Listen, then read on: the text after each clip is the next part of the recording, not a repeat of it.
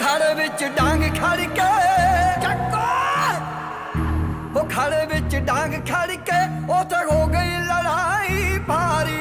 अर्जन